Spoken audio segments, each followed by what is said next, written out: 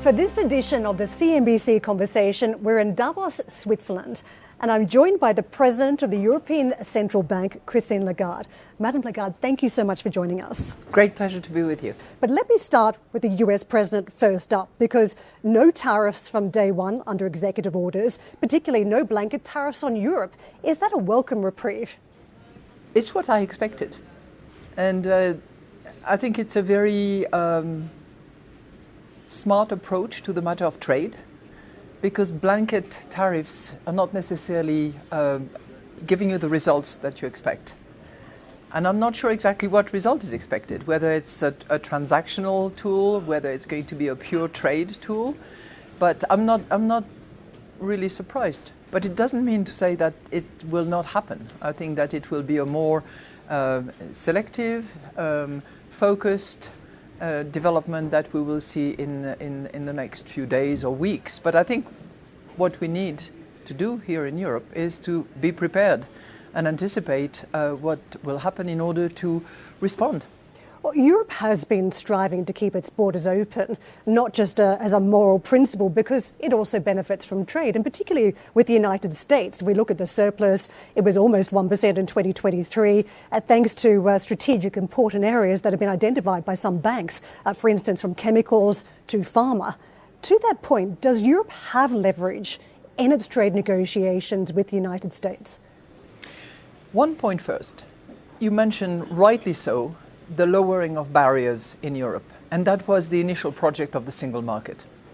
We created, back then, a single market, that was the intention, where nearly 400 million people could consume, travel, transact.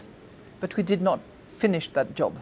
And I think that that's one first lesson that we should draw from the current situation. We have this very large, sizable market with plenty of consumers that are prepared to activate their purchasing power and use their savings. So I'm focusing on Europe because you started with the barriers. We still have barriers. Despite this single market aspiration, we have barriers that prevent services and sometimes goods to travel without impairment. Let's make sure that we remove the barriers over which we have control. So I hope this is what happens in the next few weeks, and it's one way to respond to the change in the trade policy in the United States that we should anticipate. It's be strong at home and make sure you transact, that you sell and purchase at home, that you save at home, and that you invest at home. Not to say that we want to move into a protectionist approach, because what lower barriers has taught us is that trade is actually very helpful. Indeed, there's been a lot of soul searching. I want to explore that a little bit more about European competitiveness with you. But in the meantime, we could be counting down to some form of a trade tariff regime. Can Europe withstand a trade war with the United States in 2025? And how should the bloc engage with Trump if he is determined to extract a price even from allies? I think in all circumstances, the dialogue has to continue, and the respective parties have to sit at the table and see what is their respective agenda, what strength there is on each side, what weaknesses there are. And frankly, if you look at it from an economic perspective, this theory of substitution, in other words, I will lower imports from Europe to beef up manufacturing at home, is questionable. Because the US economy, and that's the beauty of it, is almost running hot at the moment. If you look at the labor market, you have a very low unemployment rate. If you look at the capacity, it's running almost at full capacity already. So that idea that you can manufacture what you will not import anymore, or that you will import at much higher prices, is something that will take a bit of time. I want to ask you about European competitiveness and this landscape. The European Commission President Ursula von der Leyen, she did warn that a new global fracture was starting to form, that these fractures were coming up along new global lines as Trump threatens to revisit trade policy, defend some of those relationships. Do you agree with her? Do you think those fractures are forming across the landscape globally? I think we have seen fragmentation already, and not only since January the 20th. It started much earlier than that, both in terms of technology, but also in terms of geopolitical forces. This is probably going to be accentuated. My take is that we should understand what each other wants, and we should do what we can in order to find this new equilibrium where it serves everybody's interest, and at the end of the day, the consumers, the savers, the voters. The European competitiveness story is something we spoke about all last year, thanks to Draghi's report, Letters report. There was so much soul Not all of last year. He released in September. Come on. well, and the letter report. I remember from the IMF World Bank yeah. meetings in April in Washington, D.C., we were talking about some of the reports back then and what could be forthcoming. But what reforms did we see? And here we have another wake-up call. Every European CEO is talking about it. How much urgency and how much action, crucially, do you see ahead for 2025? You know, I'm reasonably optimistic on that front. Why is that? First of all, the diagnosis is done. We don't need another massive report. The Draghi and the Letta reports are excellent pieces of work. It harnesses a lot of data, information analysis, and the diagnosis is there. We know that productivity has to be improved because demographics will not change overnight. We know that innovation will fuel it. We know that money is needed. What's needed now is action, action, action. And typically Europe, when you look back at history, and we have a short history, you know, but typically it moves when, number one, there is a threat, and clearly the changes that are anticipated out of the United States policies is a threat, so a push for action. I think this push is here, and it will flourish and be demonstrated over the course of time. That's number one. Number two, when we have an institutional setting that is favorable. Now you will say, well, 27 member states, how are they ever going to agree, because it's always contentious and they put their vested interest first. Something interesting, the 28th member state. It's a point that the President of the Commission made, which we have also raised as an option. If you want to sort of not do away, but reach a platform which is simple, straightforward, where investment is easy to do, and where capital can be raised and talents can be attracted, let's go for that. So if you have the push, if you have the institutional setting, and if you have the understanding that productivity is really an issue, and we cannot go on like that, and we cannot stand still. So I think some of the ingredients are really now coming together to push us to actually do something. The Governing Council today decided to lower the three key ECB interest rates by 25 basis points. In particular, the decision to lower the deposit facility rate, the rate through which we steer the monetary policy stance, is based on our updated assessment of the inflation outlook, the dynamics of underlying inflation, and the strength of monetary policy transmission. The disinflation process is well on track. Inflation has continued to develop broadly in line with the staff projections and is set to return to our 2% medium-term target in the course of this year. ECB President Christine Lagarde made her first policy announcement of 2025 on the 30th of January. When we spoke to her a week earlier in Davos, she was carefully optimistic about the year ahead. I want to push on to monetary policy with you because 2025 has been an eventful year. We've had equity markets soaring in some areas thanks to the Trump trade. Bond markets rattled, though, around the prospect of inflation returning, at least in the United States. All this as Europe started to focus on its profile for growth and stepping away from some of those inflation threats. What is the concern of inflation for Europe if we do see it reigniting in the United States? Well, if there is reigniting of inflation in the United States, it will be an issue for the United States for sure. And I think that's where the first and prime consequences will be. As far as we are concerned, when I look at inflation, and I've seen the full cycle, I started my job with very low inflation, interest rates in negative territory. And then we saw it just climb to 10.6% at the most, and we are now down to 2.4%. And we are confident that we are seeing inflation at target in the course of 25. So I've seen the full cycle. It's been wild. It's been the Wild West of inflation over the last 4 years. But we are I think now confident that target is in sight, that the disinflationary process continues, and we are not overly concerned by the sort of export of inflation to Europe. There will be interesting phenomenon that we will watch. The exchange rate, for instance, will be of interest and may have consequences. But we are certainly interested to see the US grow, because growth in the US has always been a favorable factor for the rest of the world. We spent a lot of 2024 anticipating policy divergence, but do you think that was simply just delayed to 2025? Could that be a big feature this year? No, we do have policy divergence in terms of monetary policy, because we did not reduce rates at the same pace. Markets anticipate vastly different monetary policy moves in the next few months. So we do have that divergence that has to do with a different economic setting at the moment between the US and Europe. Something that has been very difficult for central bankers to do in recent times is to pin the tail on the donkey with neutral rates. Where is the neutral level? Because it seems to be jumping around thanks to various different data points, inflation coming from different quarters. How confident are you about where neutral sits in 2025? The teams do as much work as they can to pin it down within a range that is as reduced as possible. At the moment, it's anything between 175 and 225.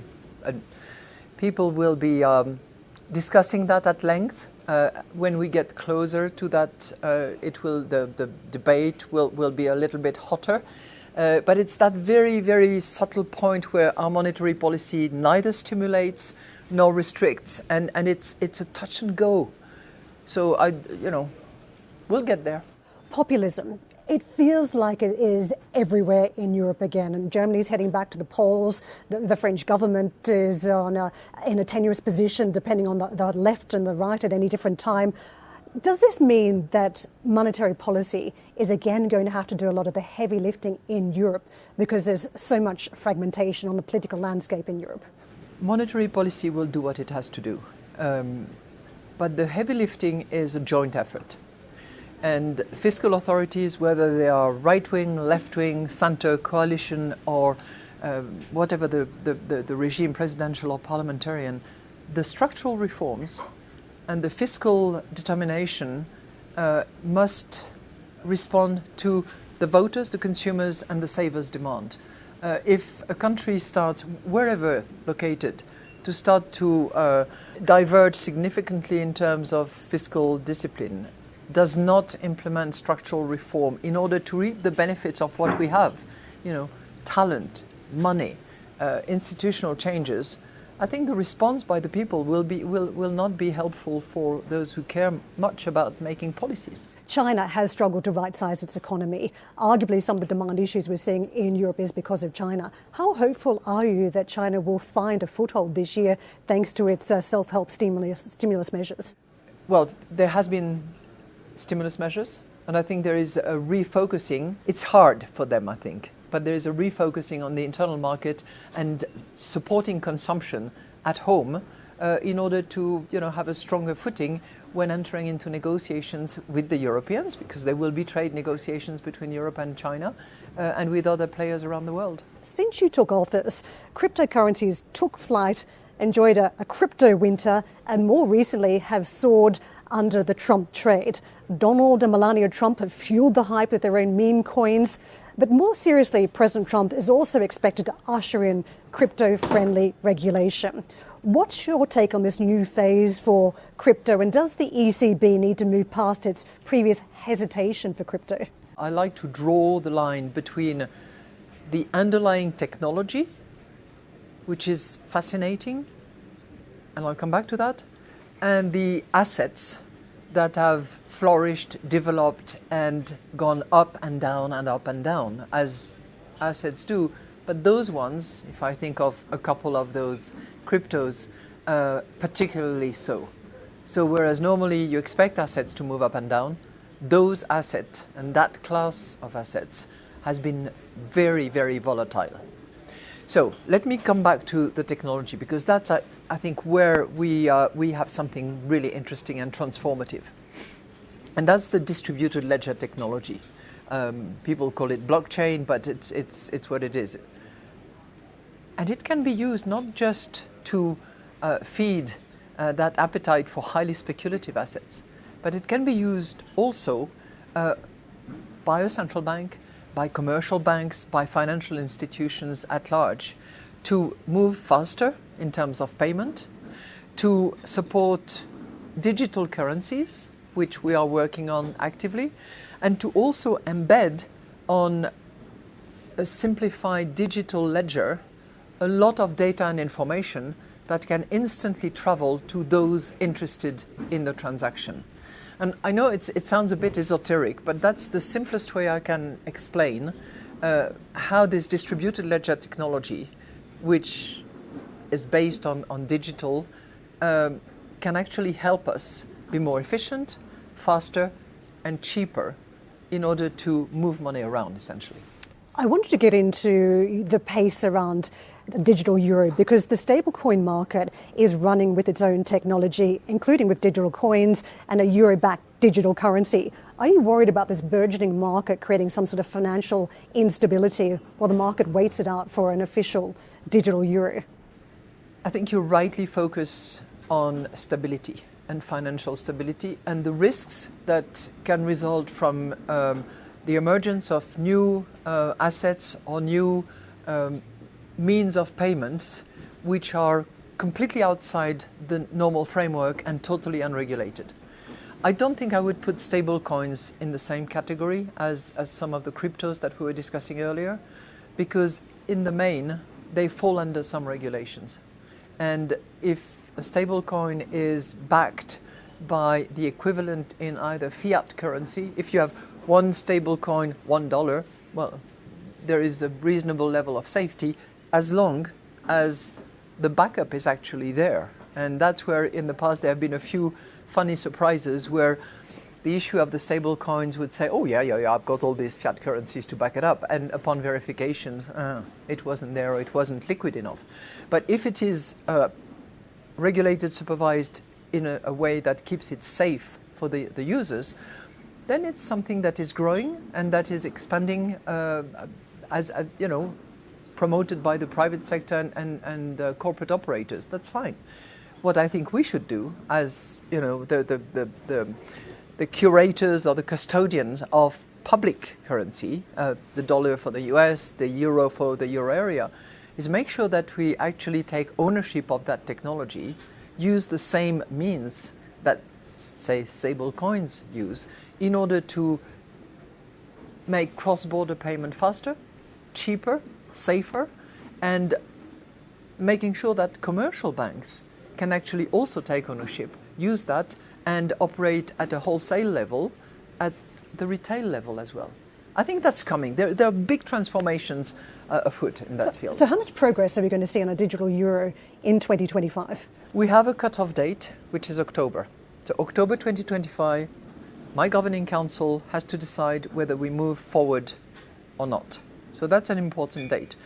My strong hope is that by then, the European Parliament has passed the legislation that will support the technological work, the policy work, the unified rule book that we are working on, so that we can launch. If we don't have a legal basis, we'll have to wait. So my hope is on the European Parliament, the Commission, the European Council to come together and to make sure that the legislative setting is in place so that we can actually either give the green light or say no, too complicated, too risky, too costly, we dump it. Since taking office in 2019, you had an unprecedented run as president, navigated a pandemic, conflicts in Europe, increased populism across the continent.